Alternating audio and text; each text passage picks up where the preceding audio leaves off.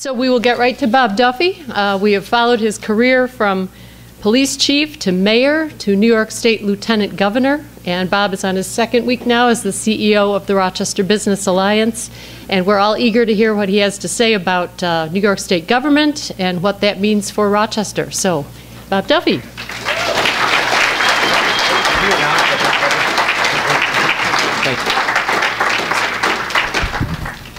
Thanks, Rebecca, very much. Good afternoon, everybody. I am honored to be here. I want to thank you for coming. I'm the warm-up for the history of beer next week, so that's why I'm here.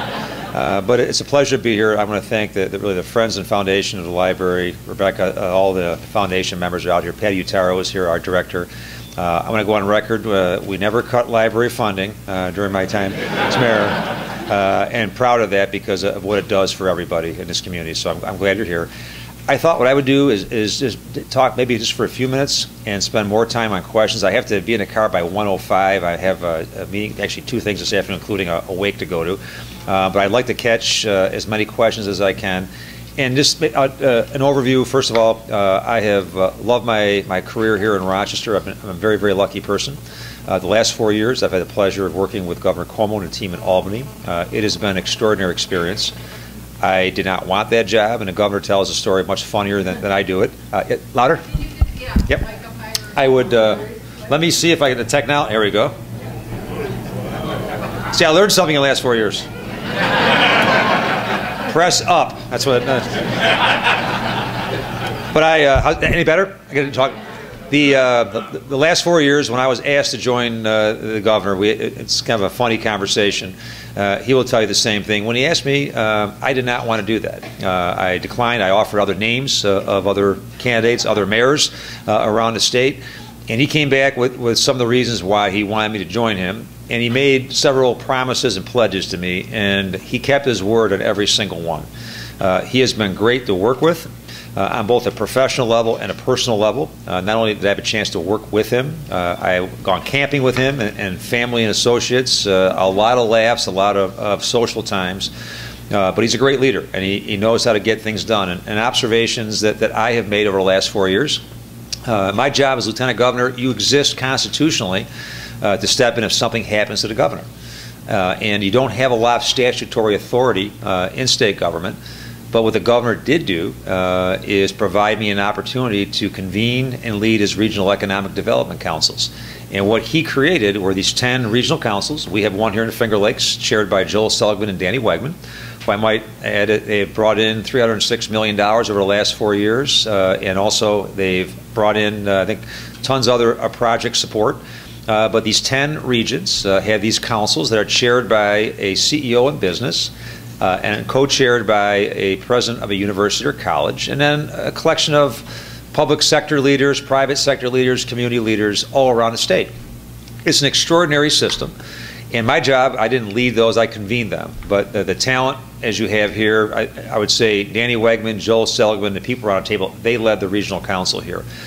But it really provided me with a great learning experience in terms of how people work, the things that are going on across the state, what the benefit of those councils did, which I believe you're seeing the benefit right here in Rochester.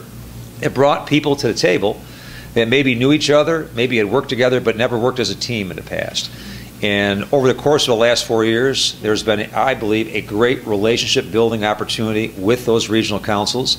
It goes far beyond bricks and mortar and projects, because now people know each other, they work together, they can pick up the phone and call somebody, and there's a greater sense of collegiality and teamwork that you see not only here, but you see it across the state. It's New York City and Long Island, and right up through Buffalo and Western New York, and everywhere in between. So that was an extraordinary experience, being a part of that. There were other highlights when the legislation of marriage equality passed in the state. I would say it was in the governor's first year. That was a change that really impacted this entire state. You know about the legislation and what it meant to New York State, but I will also tell you what the governor did behind the scenes, getting that done, and having a chance to watch what he did, watch how he cobbled together support, dealt with issues. He really took an awful lot of time to help make that happen. But watching what he did, he's a very persuasive man. He brought a team together from all over the state, And that was just one of many examples that had a chance to see what he did. And part of what I would tell you about state government, observations that I make, you have so many great people in state government. And I know sometimes you get a sense, you hear about the bad things like any profession, you'll hear about negatives. But I'll give you I'm not in politics any longer, but I'll give you my observation. In the Senate and the Assembly, and one of my duties was to convene the state Senate and preside over that. I did not vote, I had no vote, but I would convene it. You really find there are some extraordinary people, some great public servants who care about their communities, who come together from all over the state, who are just good, decent, hardworking people who leave their families behind, who come down to travel, and they might be there 2, 3, 4 days a week. And the whole process, it may seem much more convoluted, but legislation is not something that happens quickly or easily. But watching the process go on and being a part of that democracy, being in the Senate chamber and watching it, really was great. One of the highlights 2 years ago was presiding over the Electoral College. If the president was reelected going in, and it's like the old days, it's a part of history. You preside over it, you put a paper ballot in a box, and the election is not complete until the Electoral College of all the states vote. But being in that chamber, seeing the way people work, it gave me a different perspective. And like any profession, nothing is perfect. There are always problems and issues. And in New York State, part of the frustration I believe people in upstate feel is that we have two very, very different sets of needs and issues sometimes that are geographically different from New York City and the Metro Center up to upstate New York. And there sometimes is this big divide with upstate and downstate. But in many cases, it's more philosophical, and the population center of the state resides obviously in New York City. The 5 boroughs, Long Island, Westchester County, that is where the majority of representation is from. So when you look at legislation and things passing, it is in many ways a numbers issue in terms of votes and how legislation sometimes passes. It causes certainly some uncertainty, maybe some differences, and maybe some controversies between upstate and downstate. But while we sometimes feel upstate is left out, I think downstate folks sometimes feel that they are really supporting us as well. So there's this whole thing that goes back and forth. But in the last 4 years, I've witnessed this governor and legislature make huge investments upstate. And it's not that we don't need more, we do need more. But one example is the Buffalo Billion. And while we in Rochester and Syracuse and other states want to see that duplicated, and I believe we will see some rendition of that duplicated around upstate New York, what the governor did in Buffalo was take the second largest city, an upstate city, more economically depressed than this region right here, and he did make some major investments up there. It's not a whole billion at this time. He's made some major investments in bringing jobs and getting companies to move there. But what he has done more than money is getting people to believe in themselves. There is a bounce and a step up there. I wish it would have carried over to the Buffalo Bills getting into playoffs. It didn't. But they view themselves, I believe, very differently in Buffalo and that region than they did 4 years ago. Because things are happening, investments are taking place. And it's still ways to go before it all takes hold and really keeps growing the way the governor wants it to grow. But seeing that happen has really been, to me, inspiring to watch, because I've spent a lot of time in Buffalo. And you're going to see some of those same things take place across the state. What we don't have is an overabundance of money. What we don't have is the governor can't do the same thing everywhere.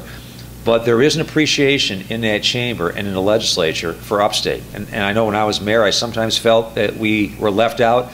I don't believe that's the case. I believe it's just a matter of sometimes not getting everything that we want.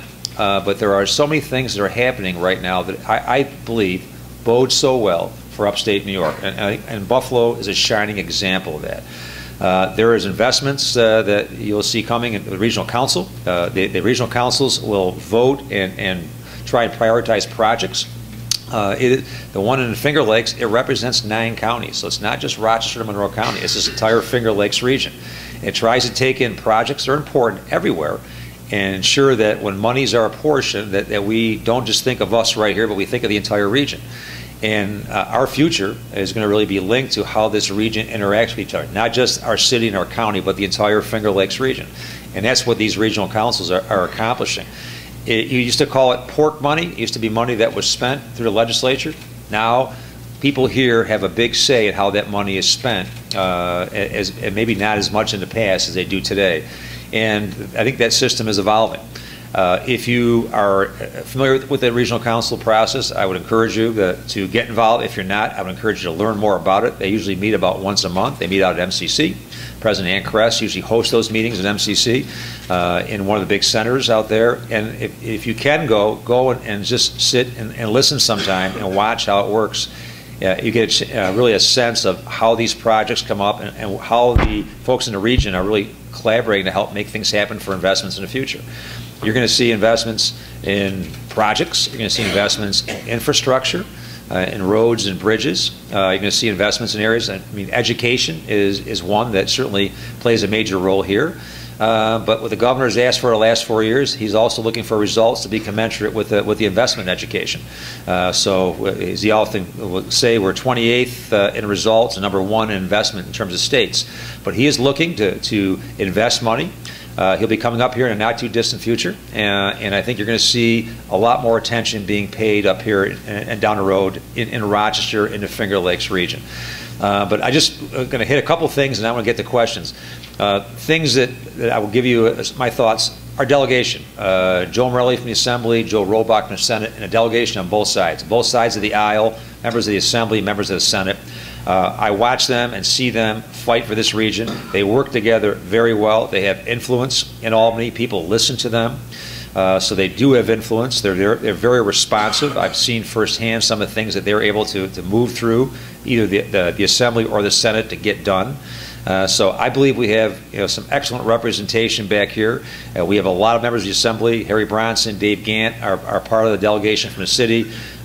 We have Mike Rasenhofer in the Senate, who's actually, Pat Galvin are more on the Buffalo side, but they have parts of our region.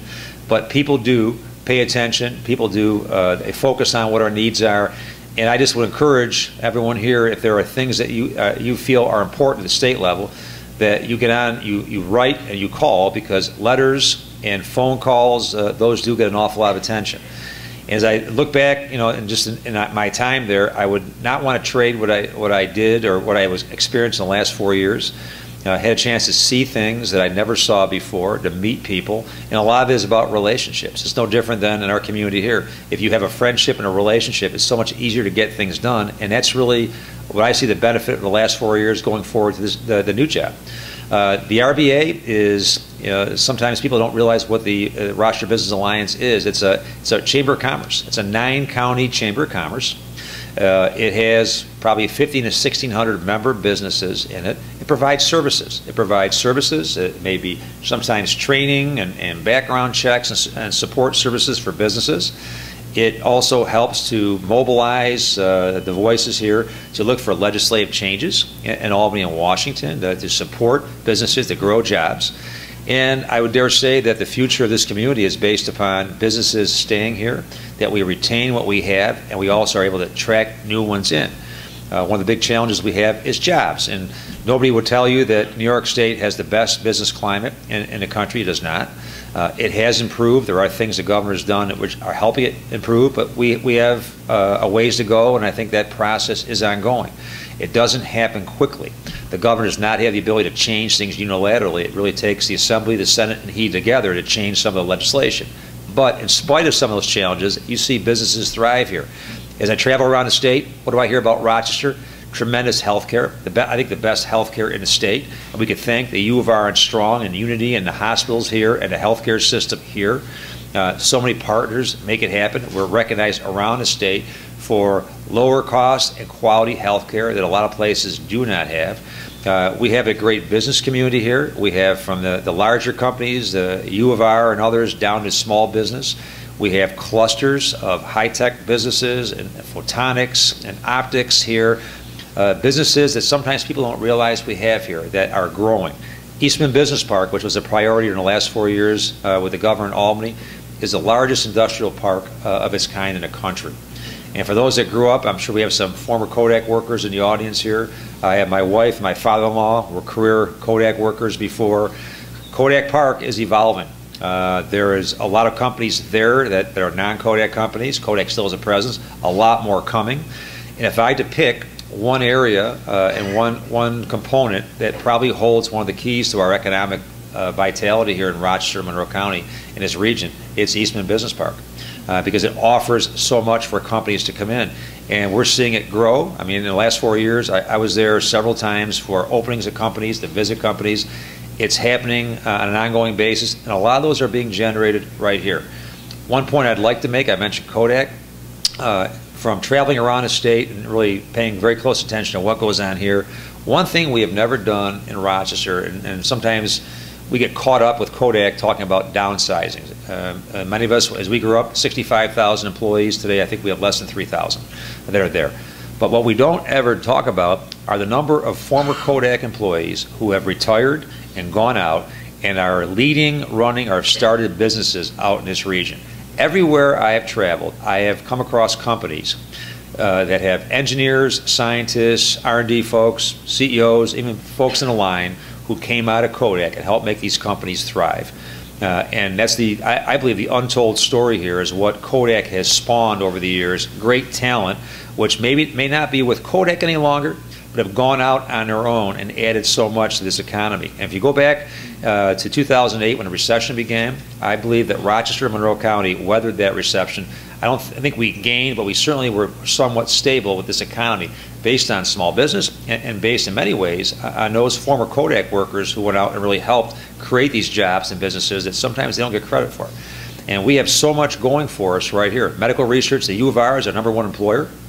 It's replaced Kodak in the past. I was there yesterday. They generate so much vitality in terms of not only bringing in top-notch medical professionals, but they provide entry-level jobs, service jobs, healthcare jobs, and they grow all the time. And that's really part of how this community is changing. And I would just say, in terms of coming into the RBA, I am very lucky to come into this organization. It is a great organization, very talented. Sandy Parker deserves tremendous credit for what she has done during her time there. It's a very strong team. We have about 36 people in the RBA itself, in the office, working in many different capacities. But the key here is to help grow business, is to help GRE recruit businesses here, and the ones we have here, help keep them strong, to provide the kind of services to keep them growing. And keep them growing in employees and keeping jobs available. And on the other side, working with this community, working with the school district to ensure that more of our young men and women go to school, graduate from school, come out and have the skills and training to step in these jobs, either go on to college or step into one of these myriad of jobs that we do have available. We have a company, I'm not going to name it, that is expanding in Buffalo because they can't fill all their jobs here in Rochester. And they're finished. Several hundred jobs are expanding to up in Buffalo. And part of I think our responsibility is to work with the schools, work with parents, to look for ways that our children do come to school. You can't graduate if you're not in your seat. Come to school, work hard, learn, and then have the skills to go into these jobs. Because in the manufacturing of 30, 40 years ago has changed. You have to have math skills, science skills. It's very much high tech. But there are so many jobs that I see getting created that are currently in existence that sometimes go unfilled because we need to have that workforce ready. I mentioned Ann Kress from MCC. I think MCC has been a leader here in terms of workforce development, working with many officials of the city and county, but Monroe Community College has done a tremendous job helping to prepare that workforce for these skills. And I just will kind of bring it to close. There's so many things to talk about, but I think our future here is to support our schools, to get those kids prepared to work and graduate. A high school graduation into college, I'll guarantee you, the more kids that graduate, you'll see lower incarceration rates. You'll see poverty impacted. There's a lot of things going on right now trying to look at how do you address the poverty in Rochester, which is deplorable, and it has been for a long, long time. But a big part of that is education. A big part of that is going to school, completing school, and being prepared for a job, and having somebody in the business community or somebody here helping to make sure that job is there for someone. That to me is the American dream, what we're looking to do. And I just would offer the RBA, I'm going to get out, I'm going to close by saying this, I am getting out, I am listening and asking questions. I'm meeting with our employees, I'm meeting with our board members, I'm meeting with our member businesses, I'm getting out to some community leaders, I'll expand that, chambers of commerce, asking questions, listening, and learning. I think we have some great opportunities coming up.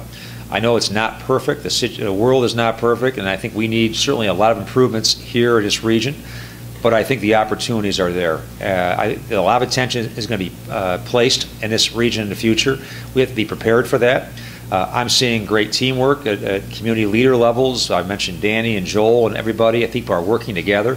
But we have some great opportunities coming up. We really do, if we could all pull together and not let politics or anything else divide us. And I do believe that it's a situation that is before us, that it's there, and I'm confident that with the leadership we have, with the mayor, the county executive, our elected officials, I think now is the time that we pull together. And my job is I'm going to work with everybody. Anything I can do to help, we're going to do.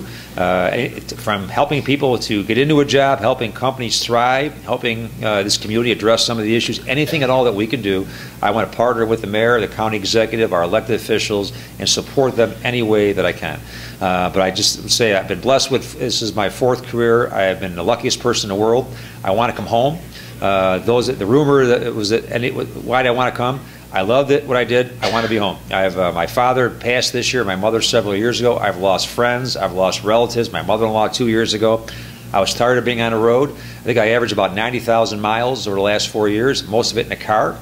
I had a great team in Albany that was with me. We traveled everywhere. This state is big. This state is beautiful. This state has tremendous opportunities, but there's no place like home. And I think Dorothy had it right in The Wizard of Oz. So I would stop and just maybe I would, you could ask me anything. If I don't have an answer, I'll tell you. If I do, you'll get my opinion. And I think we have, at least probably a good 20, 25 minutes, and I would like to steer it toward your questions as opposed to just going on and talking. Great question, John. The question was comments on a poverty rate. I think we're rated 3rd in the nation. It is deplorable. It is not something that this community is proud of. It did not happen overnight. This has been going on for years and years. It has been a slide that we have had.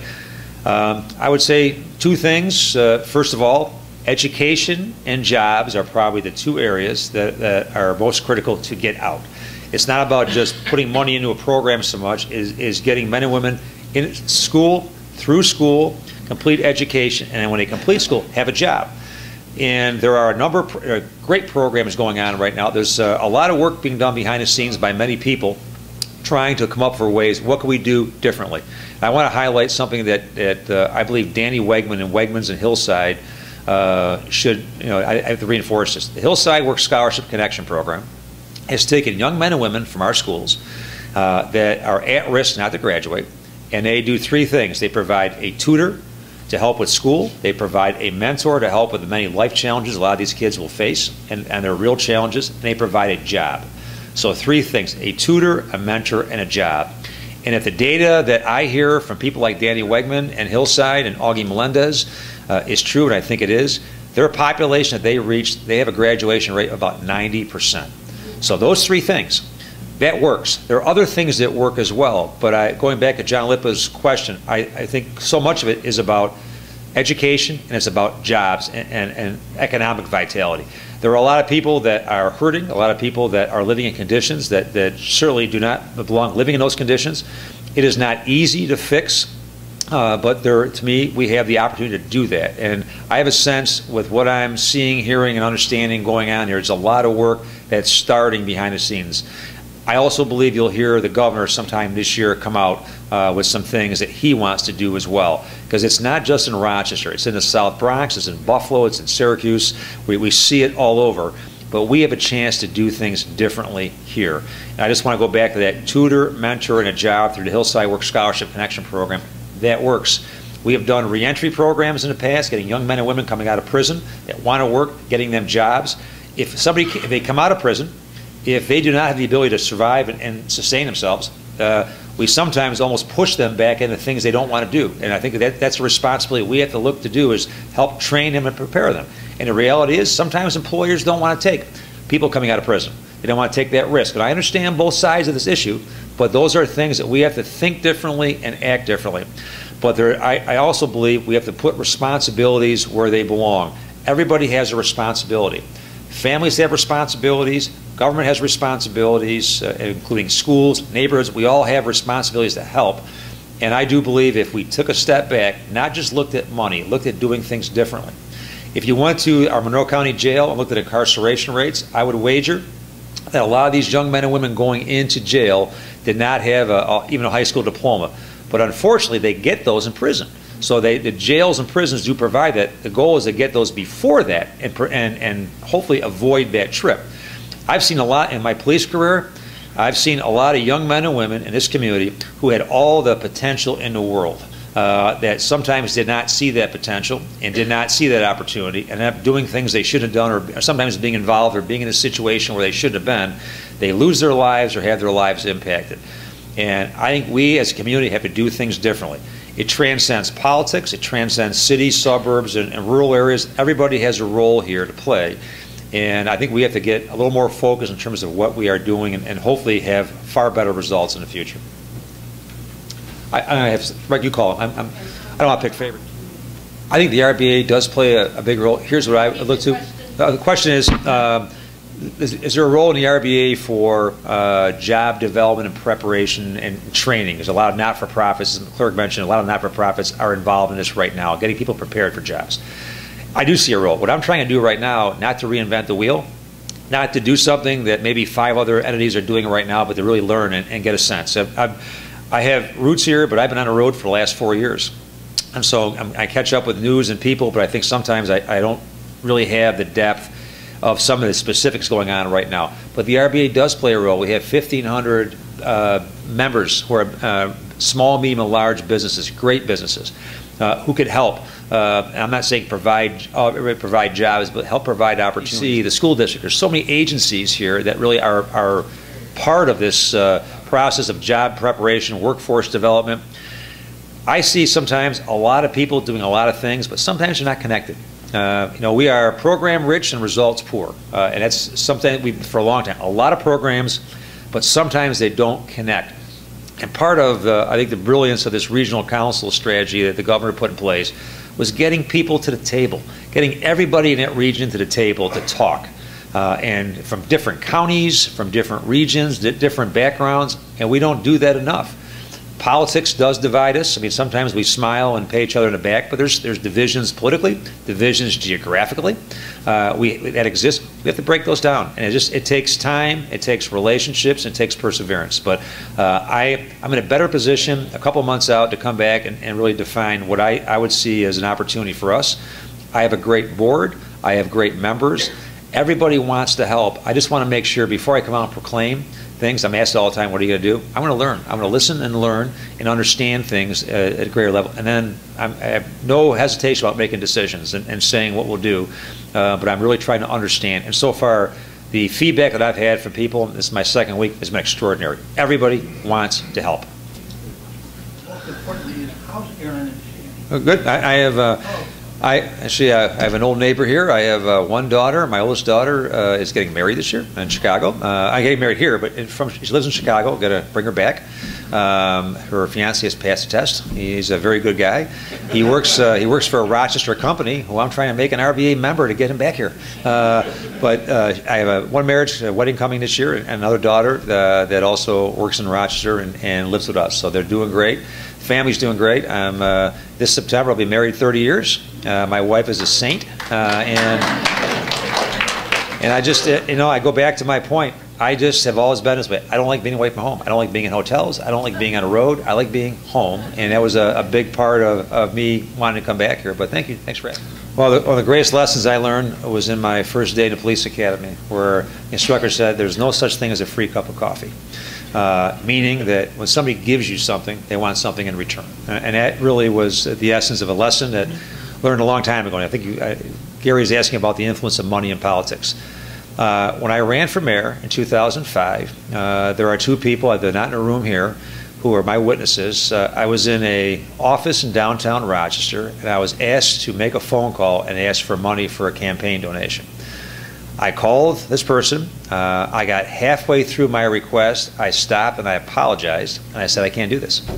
I just can't do it. And I told my campaign at that time, if you want to raise money, you can, but I'm not going to ever go out and ask somebody for money. I grew up that way. I had every job you could ever imagine growing up. I wouldn't ask my father and mother for money. And I believe money there has to be a change. And I'm not sure campaign finance reform right now has it on the backs of taxpayers. I'm not sure if the tax burden on the taxpayers of the state can take that as well and keep paying that for a political campaign. I don't know what the easy answer is, but the influence of money has to be changed in politics. And from limits, and you know, sometimes you'll see how much I know how much money is spent in local elections, statewide, federal. There are millions and millions of dollars spent in advertising. And I will tell you, folks, I get mailers in my mail. If anybody writes political ads, I apologize in advance, but I'm going to tell you this. The mailers you get, because a lot of times I know the candidates, I don't even look at them. I toss them in a basket because it's usually some bad picture of somebody. And it's something it's not, it has maybe some semblance of truth, but not much. And it's back and forth. And I think that, you know, when you look at what money is spent on, there has to be a change. I'm just not sure what is the best way to go on that. I agree it has to change. I agree the influence has to change in it. And I just don't know if it goes totally to a taxpayer funded, if that is the best either. I think there has to be a reform. But how it looks and what those limits are, there has to be limits. There has to be reform. But at this point, you know, what happens is people that have the money for major campaigns, and I say they're always successful, but it certainly has been successful for people.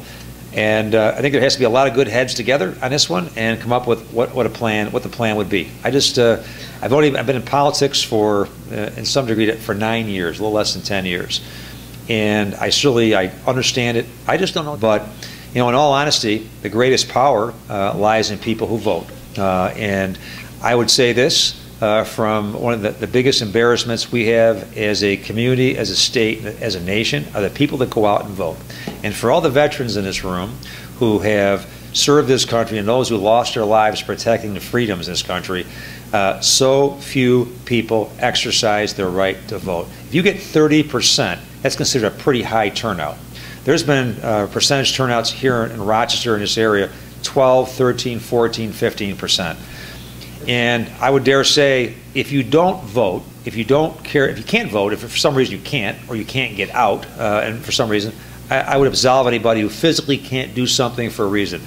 But if you have the right to vote, and you choose not to exercise that right, locally, statewide, or nationally, I would sense that I would hold my complaints because you know what? If you can't complain about something, they have a right to change, and you have the ability to change that with who you select for any office. And you have to look at not what is said in ads, but what people do. And I happen to believe that I know a lot of our public servants here in this community, and ones I met statewide, there are so many people that do so many really good things, that work hard. And sometimes they work hard on issues that doesn't change quickly, but they are trying to change things. But I would just say that the greatest gift that you can give this community, this state, this country is to vote, is to get out, and that's something every single election. My mother, from the time I was old enough to vote, I never missed a general election in my life. I missed some primaries. You know, primaries are sometimes inside politics. I was not attuned to those for a part of my career, but I don't believe I've ever missed a general election, ever, even in college. It was something, not because maybe I felt that way. My mother would reinforce that every year. And you know what? We don't disappoint our mothers, so it's something you always do. But that's something I would ask, because there's frustration in many different areas with how things are done. But when you have 10, 15, 20, 25, maybe 30% of every 3 people that can vote, 1 votes, I think you understand why we are where we are. We don't like a system, we don't like a government, we don't like things that happen, but we vote the same people in all the time. So I think you have to look also in the mirror and say, what can I do differently? And you know, there are people that I will sit, elected officials, I mentioned some before. I happen to have great respect for so many of our elected officials, and even those that sometimes get demonized in the media that I know from the state, I think are really great people. That maybe there's a little different side of the story. There are others that I'll go unnamed that I wouldn't vote for, and I think that's something that you can make your own decisions on that. But I just would urge you, whatever, to get out and vote, because systems evolve like this because we as communities and countries and states don't take responsibility for the power we have. And the power of a vote, the power of a letter, putting your thoughts on paper, complaining or bringing an issue, I would just tell you, don't ever underestimate the power. In office, I've read every single letter, whether it's, it's uncomplimentary, it hits it, whatever it is, you read them. If people take time to write and raise something, it gets everybody's attention. So there is a power of that pen that I can't really reinforce enough. The question was, we have a huge immigrant population here in Rochester that are part of the workforce. How do we support them? On a national level, I know that there's struggles with both sides of the aisle, both houses, with how do we resolve the immigration issues. But here, statewide and locally, this country was built on immigration, on immigrants. If we pull everybody in a room, I know my grandparents, they came here, they immigrated to this country. I'm sure everybody here, maybe parents, grandparents, great-grandparents. In the last 4 years, I have been on so many farms in the agriculture community, and the dependency they have on immigrants coming in and working in our industries. I think I've read some stories that I've not liked about some of the attacks on immigrant population in neighborhoods, which that should never happen here in this country. But I think we have to. They're here. They came here. They come here legally. They're looking to create a life, a better life for themselves, like all our ancestors did. We support them. In the history of our city, it was the settlement houses that were here for people that helped them assimilate and get into society. We have a lot of programs. I hope those programs are hitting and reaching them. I see so many great stories. I've come across so many families that cluster together. They work. They have a business. They sleep in one building. They run the business. And a few years down the road, they're living the American dream. So I think it's supporting them any way that we can with our schools. I know the school district. I think there's 2 schools in particular where English is not the first or even a second language. So you have, I think the school district really is making some changes to help make adjustments to help these children succeed in school. From a teacher friend of ours told us in her school how many different countries are represented, which gives you a sense of, wow, in many ways our district is almost international in terms of the children they have and who they serve, which provides a number of challenges for our district too. You'll never hear me. I don't criticize teachers. I don't criticize school board members. It's the systems that I would look at that keep getting better all the time to serve them. I would also venture a guess that the RBA and the business community could also help in terms of when people are prepared for jobs, having employment. It's probably one of the biggest roles that we would play is not just giving jobs, but having companies be healthy so they can keep working, make money. Businesses cannot stay in business unless they make a profit. So that is, we could say a lot of things, but if they don't make a profit, they're out of business. And I've seen far too many in the last 4 years leave. And a whole lot have come in. And contrary to some of the popular belief, we have a lot of businesses coming into the state from outside who are really bringing some great jobs. So, first of all, I agree 100%. Anything we can do to engage young people and adults into the process to vote is a great thing. And we should shoot for next election 50%, 60, 70. We should have a 90+% turnout. And I'm thinking maybe the Board of Elections would be a good start to get them involved. There's a lot of voter registration drives that take place. I agree. Kids, high school, college, you have to reach them. Sometimes they're not as engaged. We have to get them engaged. But that would be probably the biggest opportunity for transformation if everybody went out and voted and took the time. And I think the systems are such that if you can't physically get out, there are ways to help get you to vote. There's absentee ballots. There's so many different ways. The Board of Elections here has always been very customer friendly. But I would just say if I could leave it with one message, first of all, I think we have a great outlook in the future. I think we have a very positive opportunity here for jobs and growth. You'll see that. And pay attention to news in coming days and weeks and months. I think you'll see what I mean. Number 2, education. Any way we could support young kids, children, going through school, being successful, graduating, and also businesses. And if I could just leave you with one thought too, I'm very big on this. I was out at the wineries. We have Finger Lakes wineries. I'm not pushing wine, but I'm just saying this. I remember being at a meeting with all the Finger Lakes winery owners. And one of the winery owners, Fox Run, said that we are often criticized, being New York wines, for costing more. I remember he said, the reason our wines cost a couple dollars more than what you get somewhere else is that we pay a living wage. And they pay a living wage to people who work. And I've volunteered twice in vineyards and harvest time to go out just to understand how the system works. But I want to plant that seed because to buy products that are made here in whether it be Rochester, Monroe County, Finger Lakes, New York State, every time you buy something made here, you are supporting families who can buy homes and cars, put their kids through school. And I think we have to use our economic power.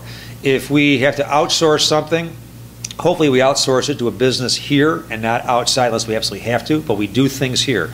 And if we pay attention to that stuff, we pick up labels and look at where's something made, where's something produced. The more we do that, I think we pay close attention to helping this economy grow and spending money. And I'm not saying big box stores are shop anywhere you want, but I think a small business, if given a choice, these mom and pop businesses sometimes struggle. If you could support them any way you can. But if you pay attention to those things, the economic power that we have is tremendous, and sometimes we don't use it. We spend money elsewhere. We have so many businesses here that are family-owned, generations, or startups that we can support in some way, that have high-quality products, great service. I just would encourage you to look and try as best you can to basically buy New York, and even drill down, buy Rochester, buy Monroe County, buy Finger Lakes. But I have, in our home, there's so many things that I'm just learning in the last 4 years that are produced in the state that are just beautiful, that we can have. And I think every time we buy something like that, we end up helping a family. So I just want to plant that seed. It has been a privilege to be here. I hope you're all warmed up for the history of beer. Again, no better place to have forums like that than in the library. I want to thank the library for doing this and thank them for that. And have a great day. Thank you.